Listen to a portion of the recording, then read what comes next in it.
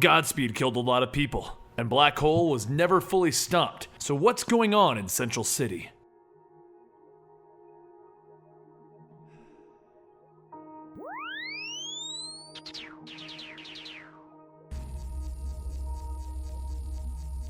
This is the complete story series recap here at Comicstorian. We recap the events of current and old comic books, allowing you to understand the bare bones of a storyline. The idea is that you can go buy current comic books and enjoy our music, voiceovers, and sound effects to understand what's happening. Now, if you're a little lost, this is Flash issue 20 in the DC Rebirth. We're finally seeing the aftermath of the Godspeed assault at the beginning of Rebirth. He was a new speedster that was introduced, and he's a friend of Barry's turned villain. Iris West is sitting at a table taking small notes as a woman explains that Godspeed took her son from her. He did such a large amount of damage to the body that they couldn't even have an open casket. She explains that Kyle was a dumb kid. He didn't ask to gain those powers from the Speed Force storm, and now his body is stolen.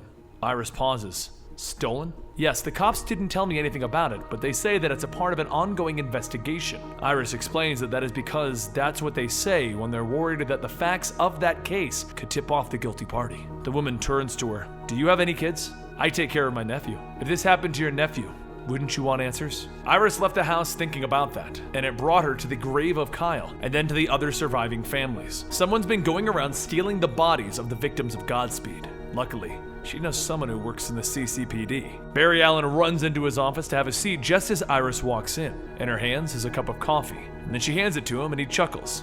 You know, before we were dating, you used to bring me coffee when you wanted a story. Iris smiles. It's the Godspeed victims. The bodies are missing, and I was hoping to find out what the CCPD knows. Barry smiles back. I would love to help, but it seems like you know as much as the CCPD. Iris leans against his desk. Well, there's one person unaccounted for who you knew a bit more closely. Mina. She was murdered in the Star Labs Speed Force Training Center by Godspeed, and you two were, well, close.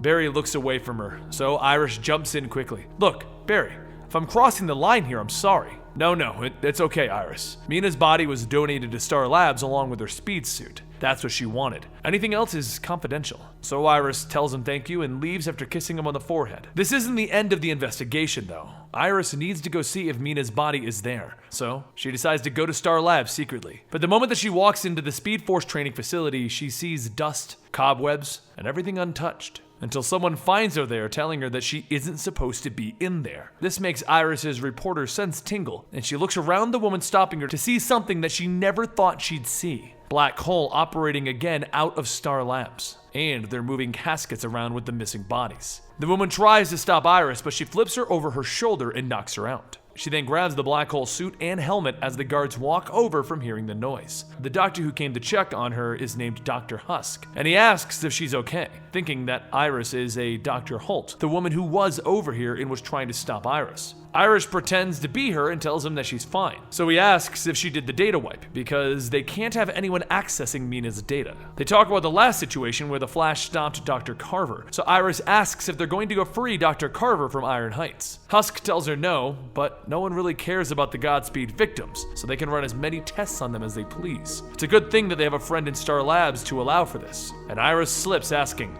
who? Husk turns over to her, looking at her mask closely. What do you mean, who? Meanwhile, outside, the Flash is en route, because he realized that if you tell Iris where the body is, she's going to investigate. So maybe the Flash should run in and see what's going on. But as the Flash arrives, a bunch of the devices launch out of the ground and into his shin, shocking him with Speed Force energy, dropping him right there. Husk sees his win and he turns to Iris, thinking that she's Holt, with no time to verify that it is actually her, and he tells her, be a dear and finish off the Flash with a black hole gun. Well, of course she doesn't shoot the Flash, as she shoots the gun at Husk, blasting his controller in his hand, the one that controls the devices in the Flash's shin. So the Flash removes them and ties up all of the black hole agents and stops Husk. He takes off, allowing the police to arrive on the scene as Iris directs them where they need to be, and then he returns as Barry Allen. But the other police officers comment how it's weird that Barry even showed up. He had the night off, but here he is. Iris begins to wonder, why would Barry lie about that to her? Is there something that he's hiding? And she also wonders, who was the person helping Black Hole from Star Labs? Meanwhile, at the Black Hole's central facility, we see that person.